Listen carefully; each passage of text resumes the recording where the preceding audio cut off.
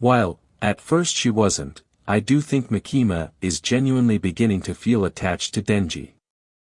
How do we tell him? I fear no man. But that thing.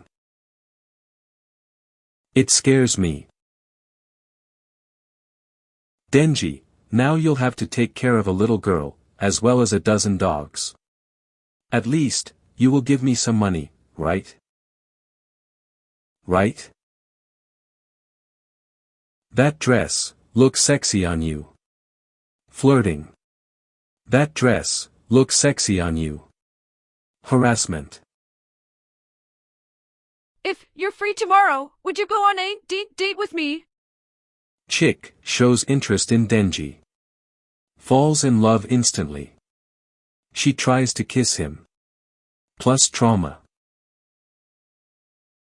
I guess Chainsaw Man can now be categorized as educational.